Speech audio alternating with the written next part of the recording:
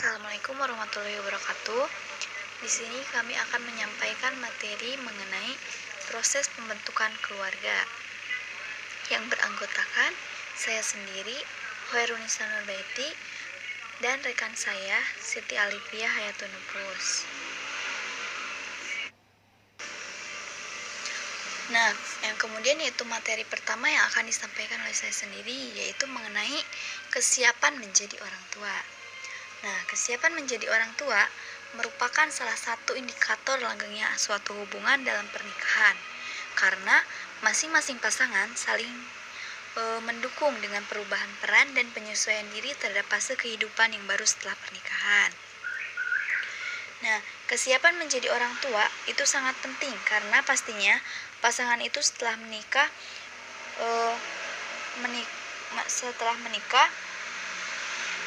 akan mempunyai anak. Nah, oleh karena itu pasangan baru perlu mempunyai persiapan dari mulai kehamilan hingga pengasuhan. Nah, kehamilan sendiri merupakan salah satu tugas perkembangan yang didambakan oleh sebagian besar perempuan yang telah memasuki kehidupan berumah tangga. Namun demikian, tidak dapat diingkari bahwa proses untuk menjadi seorang ibu adalah peristiwa yang mendebarkan dan penuh tantangan. Perempuan yang paling berbahagia dengan kehamilannya pun mengalami kekhawatiran yang antara lain disebabkan oleh keraguan akan kemampuannya melewati berbagai perubahan yang terjadi dalam kurun waktu 9 bulan dan peran baru sebagai ibu yang akan diterimanya. Nah, kehamilan secara umum terbagi dalam periode 3 bulanan atau trimester. Dalam tiap trimestersnya, ibu hamil mengalami perubahan yang khas dalam segi fisik maupun psikologis. Nah, secara umum, simptom fisik yang dialami ibu hamil antara lain kelelahan, morning sickness, dan ngidam. Sedangkan perubahan dalam sisi psikologis dan emosional antara lain labilitas mood, insomnia, menurunnya konsentrasi, dan meningkatkan responsivitas emosi. Nah, sehingga apabila seorang ibu hamil yang tidak mempunyai kesiapan dalam merencanakan kehamilannya akan mengakibatkan keadaan emosional ibu sehingga hal itu dapat mempengaruhi proses kelahiran. Kemudian juga seorang ibu yang tertekan secara emosional dapat mengalami kontraksi yang tidak teratur dan proses melahirkan yang sulit. Nah, yang dapat menyebabkan ketidakteraturan dalam persalinan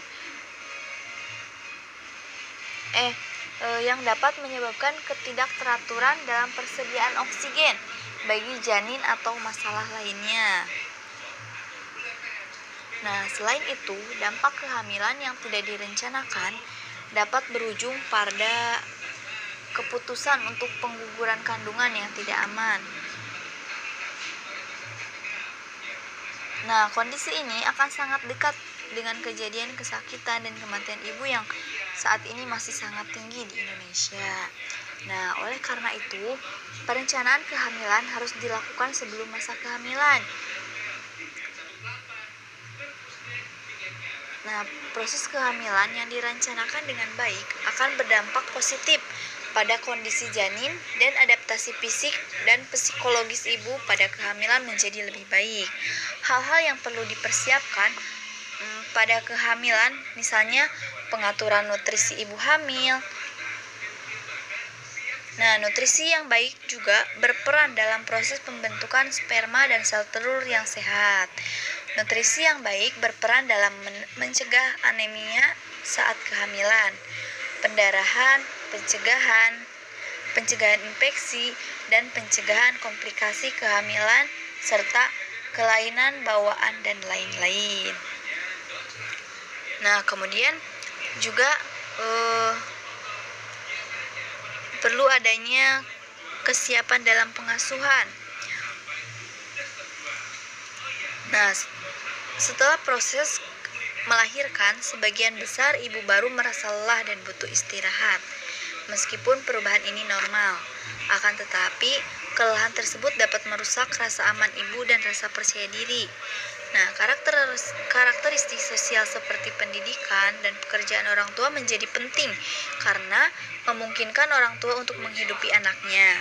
Karakteristik psikologis orang tua menjadi yang terpenting karena memengaruhi kemampuan mereka dalam memberikan pengasuhan berkualitas tinggi setelah anak lahir.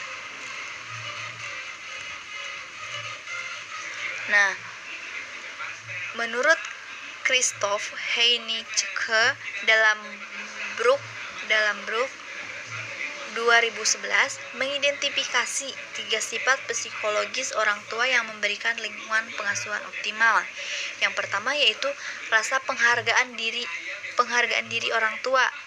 Nah, yang kedua yaitu kemampuan mereka berhubungan dengan orang lain secara positif dan saling memuaskan, khususnya dengan orang lain secara positif dan saling memuaskan. Khususnya yaitu dengan pasangannya. Nah, kemudian yaitu kemampuan mereka dalam memecahkan masalah secara fleksibel.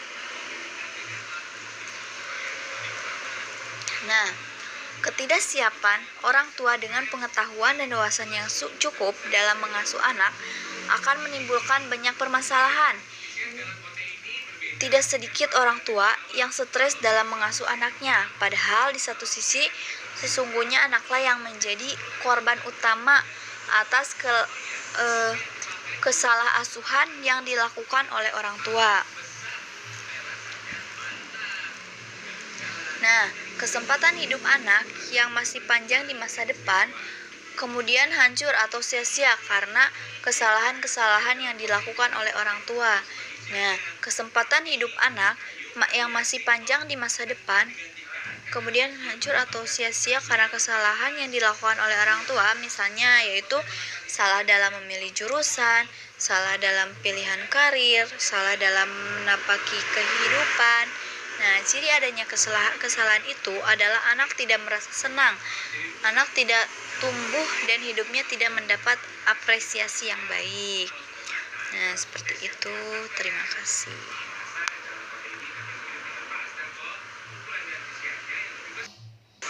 Nah, kemudian yang selanjutnya itu ada beberapa aspek kesiapan. Di antaranya yaitu aspek pemahaman. Nah, aspek pemahaman ini merupakan kondisi di mana seseorang mengerti dan mengetahui kejadian yang dialaminya dan sebagai jaminan bahwa dia akan merasa siap menghadapi hal-hal yang akan terjadi. Yang kedua yaitu aspek penghayatan, yaitu merupakan kondisi psikologis seseorang siap secara alami bahwa semua akan terjadi tidak hanya pada dirinya namun pada semua orang, sehingga dikatakan sebagai sesuatu yang wajar, normal dan tidak perlu dikhawatirkan.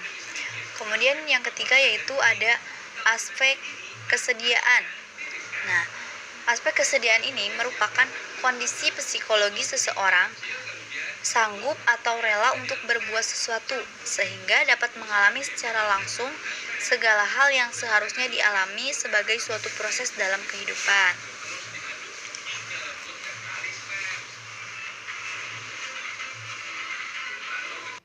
Nah, kemudian yang selanjutnya yaitu ada kesiapan menjadi orang tua. Nah, kesiapan menjadi orang tua itu terdiri dari 5 dimensi. Yang pertama yaitu kesiapan emosi. Nah, kesiapan emosi yang perlu dimiliki perempuan adalah mampu menahan emosi dalam keadaan tertekan dan tanggung jawab tanpa mengharapkan imbalan. Nah, kemudian yang selanjutnya yaitu ada kesiapan finansial dan manajemen. Nah, yang diperlukan untuk dalam kesiapan ini yaitu untuk memenuhi segala kebutuhan yang diperlukan oleh anak dan kemampuan untuk mengatur semua kebutuhan tersebut, baik untuk diri sendiri maupun untuk anggota keluarga lainnya. Yang kemudian yaitu ada kesiapan sosial, yaitu meliputi kebiasaan perempuan untuk mencari informasi untuk dirinya sendiri dan orang lain, mau ikut melakukan kegiatan sosial dan tidak menutup diri dengan lingkungan sekitar. Nah, kemudian yaitu ada kesiapan fisik. Nah, yang diperlukan oleh seorang perempuan meliputi cukup usia, cukup usia saat menikah, terus tidak memiliki riwayat penyakit yang membahayakan, tidak memiliki kebiasaan merokok dan meminum alkohol. Nah, ibu yang memiliki riwayat kesehatan memiliki pengaruh yang signifikan terhadap pertambahan berat badan anak usia 2-5 tahun. Seperti itu. Nah, kemudian yang terakhir yaitu diperlukannya kesiapan antara hubungan dengan pasangannya. Nah, jadi yang diperlukan oleh seorang perempuan adalah adanya dukungan pasangan bagi perempuan untuk melewati tahapan dalam keluarga dan komunikasi yang baik antar pasangan. Nah, seperti itu.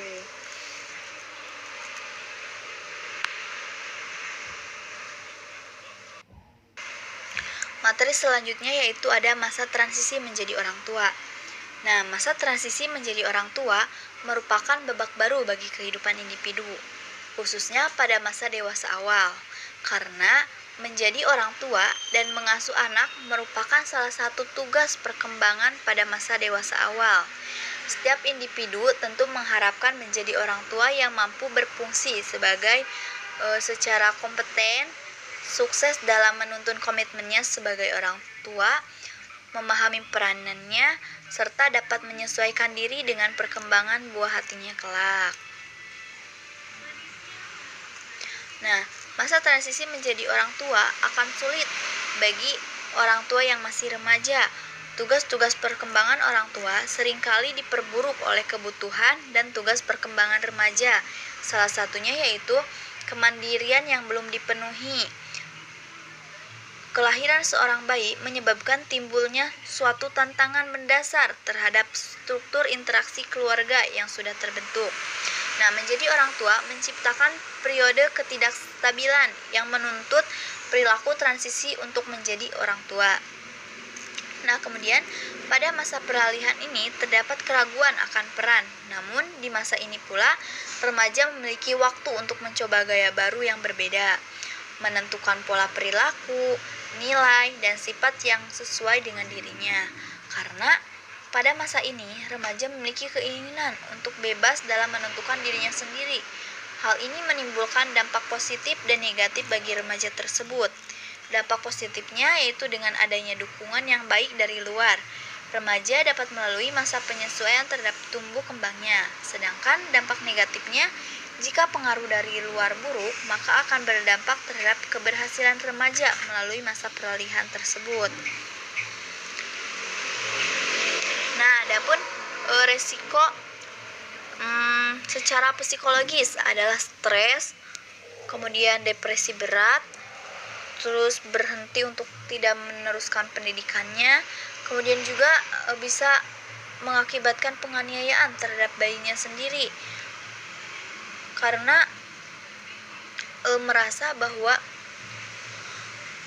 dia itu belum siap untuk mengasuh anaknya, sehingga timbullah rasa stres saat anaknya itu menangis atau bagaimana ya, seperti itu. Nah, sehingga dalam masa transisi ini perlu adanya sebuah dukungan dan hubungan dari keluarga sekitar.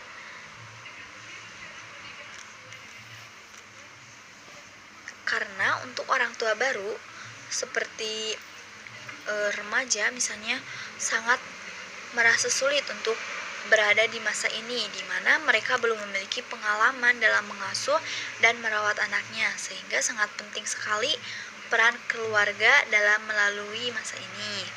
Selain itu, orang tua baru juga perlu mencari berbagai sumber mengenai cara pengasuhan dan perawatan pada anak, sehingga dengan begitu mereka dapat melalui masa seperti ini.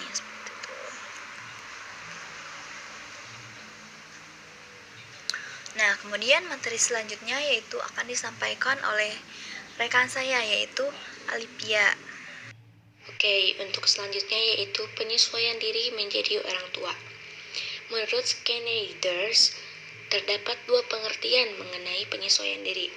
Yang pertama yaitu penyesuaian diri merupakan suatu proses yang mencakup respon-respon, baik mental maupun perilaku, yang diperjuangkan oleh individu agar berhasil menghadapi kebutuhan-kebutuhan internal, ketegangan, frustasi, konflik-konflik, serta untuk menghasilkan kualitas keselarasan antara tuntutan-tuntutan dari dalam diri dengan tuntutan-tuntutan dari luar atau lingkungan tempat individu berada.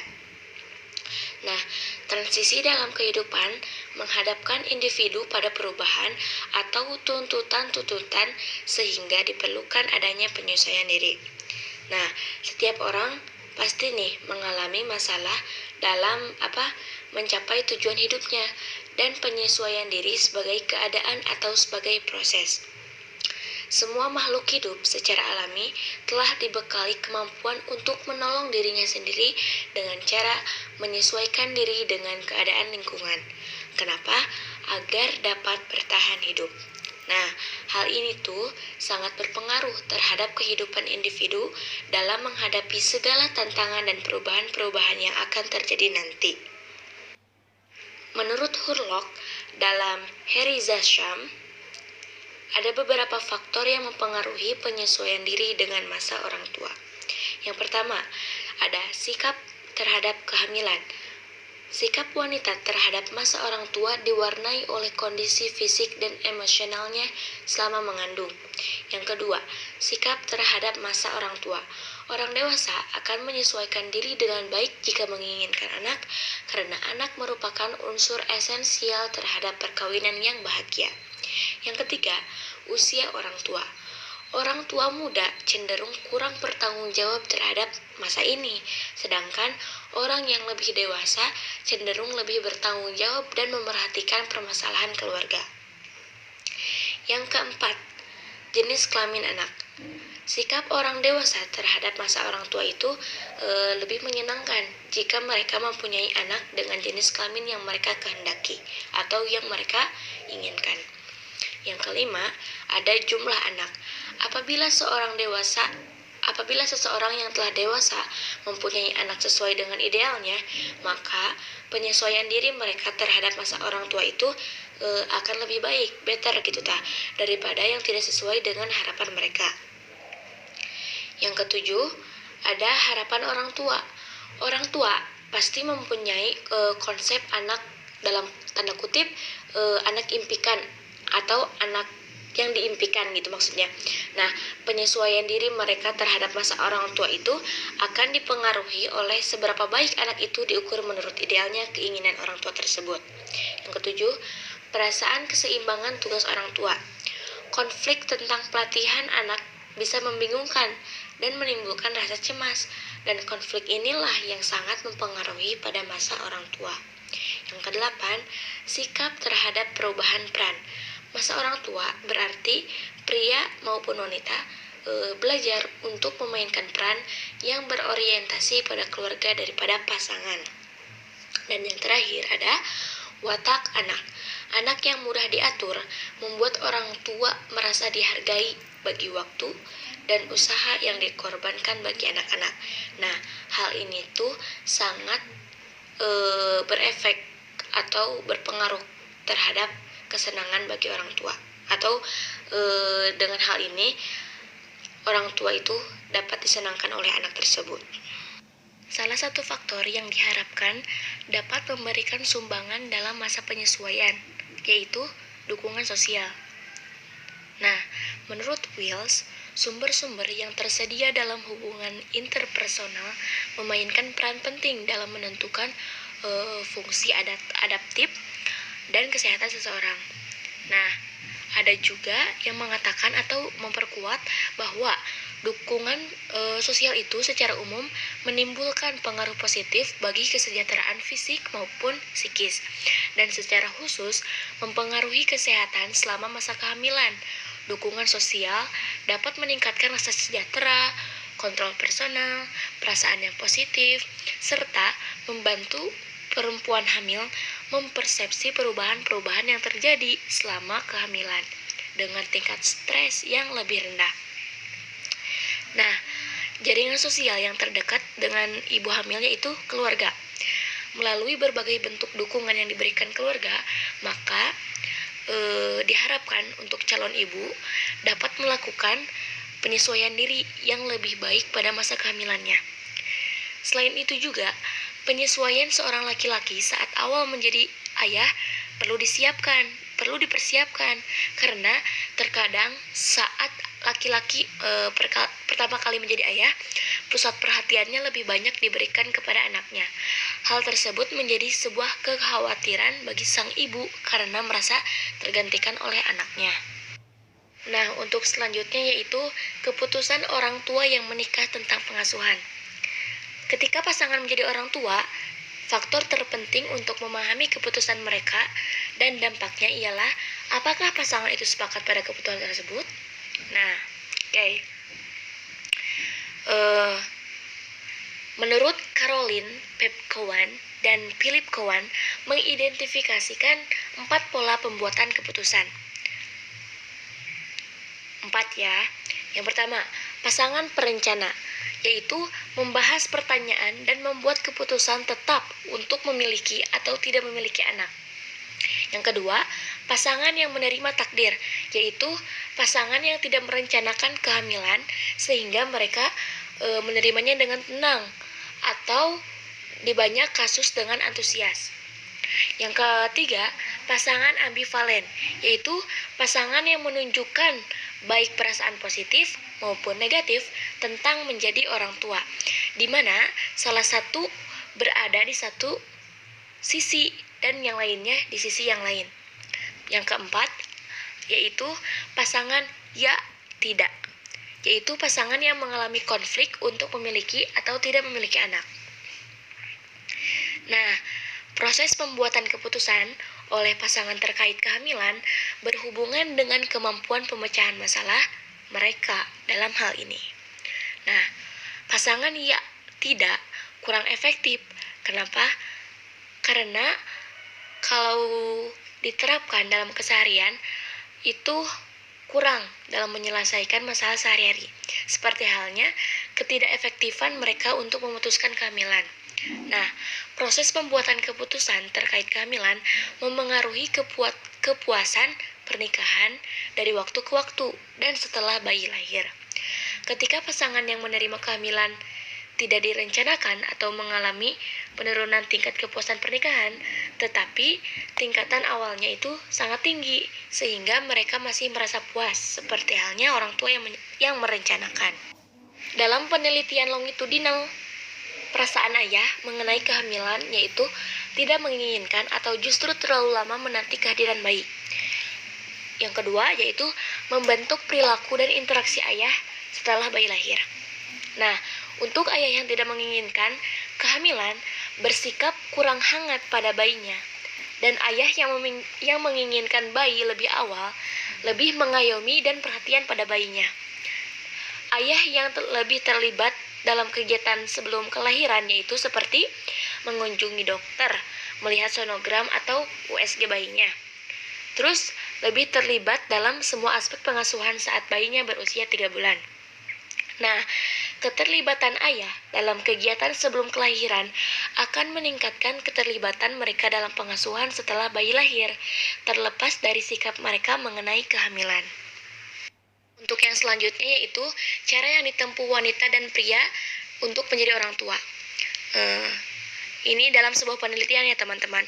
Nah, mereka yang di awal usia 20-an menikah atau tinggal bersama pasangan dan memulai sebuah keluarga mewakili sepertiga pria dan wanita.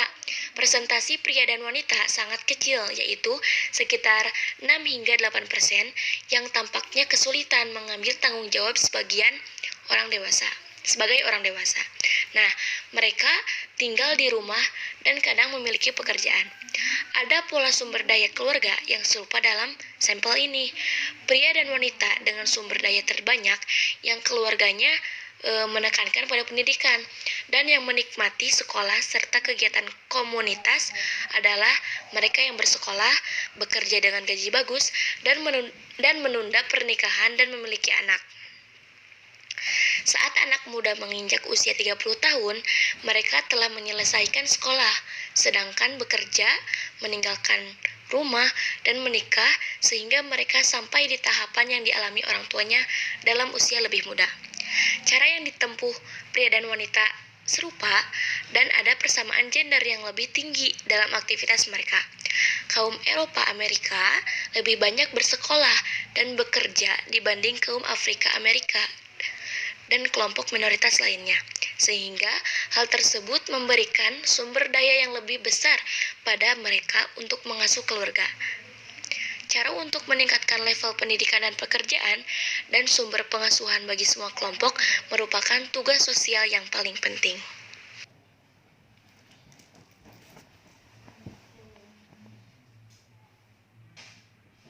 Terima kasih atas perhatiannya. Mungkin materi dari kami dicukupkan sekian. Mohon maaf apabila ada kesalahan kata ataupun dalam penyampaiannya kurang tepat. Wabillahi taufiq wal hidayah. Wassalamualaikum warahmatullahi wabarakatuh.